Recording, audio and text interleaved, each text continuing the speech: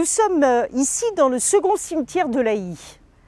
En effet, comme c'était la tradition, le cimetière se situait autrefois autour de l'église du village. À Laï, sur le côté ouest de la première petite église médiévale.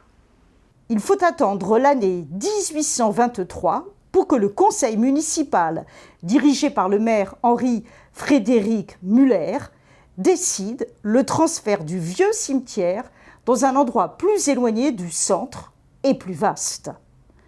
Ce sera le terrain situé dans le prolongement de la rue du Val, actuelle rue d'Ispan, reliant Paris à Fresnes, aujourd'hui rue Gabriel-Péri. En outre, il faut engager le pavage de la route d'accès au lieu. Le nouveau cimetière est donc inauguré en 1831 par le nouveau maire Pierre Bronzac. Dans ce cimetière de Laï repose un certain nombre de personnalités qui ont marqué l'histoire de notre commune, ou plus largement celle de notre pays. Parmi eux, 13 maires de Laï, depuis Henri Frédéric Müller, à l'origine de ce cimetière, jusqu'à Raymond Bodin, qui fut 3 fois maire de Laï, de part et d'autre de la Seconde Guerre mondiale, et grand résistant. De nombreux artistes ont également leur sépulture ici.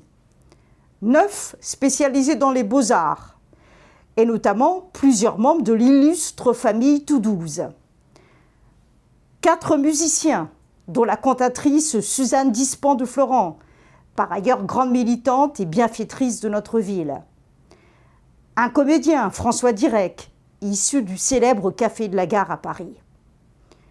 À cela, ajoutons 6 écrivains connus dans des genres très différents.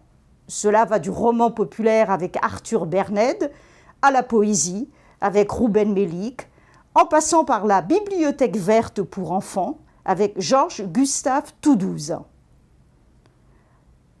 Enfin, n'oublions pas que dans ce vieux cimetière communal reposent de nombreuses victimes des différents conflits dans lesquels la France s'est engagée à l'époque contemporaine.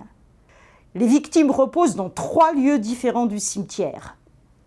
Tombe familiale, suite à la restitution possible des corps depuis la loi de 1919. C'est le cas de la tombe blanche de Marcel Aubin, mort en 1915 mais enterré en 1922.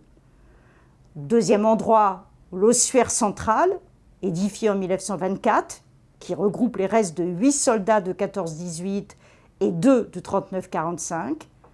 Enfin, le carré militaire réalisé en 1950 sous le mandat du maire Fernand Chapoteau, avec 13 tombes et un monument commémoratif. Il repose 12 victimes de la Seconde Guerre mondiale, résistants, déportés, tués au combat, victimes civiles, et 1 de la guerre d'Algérie.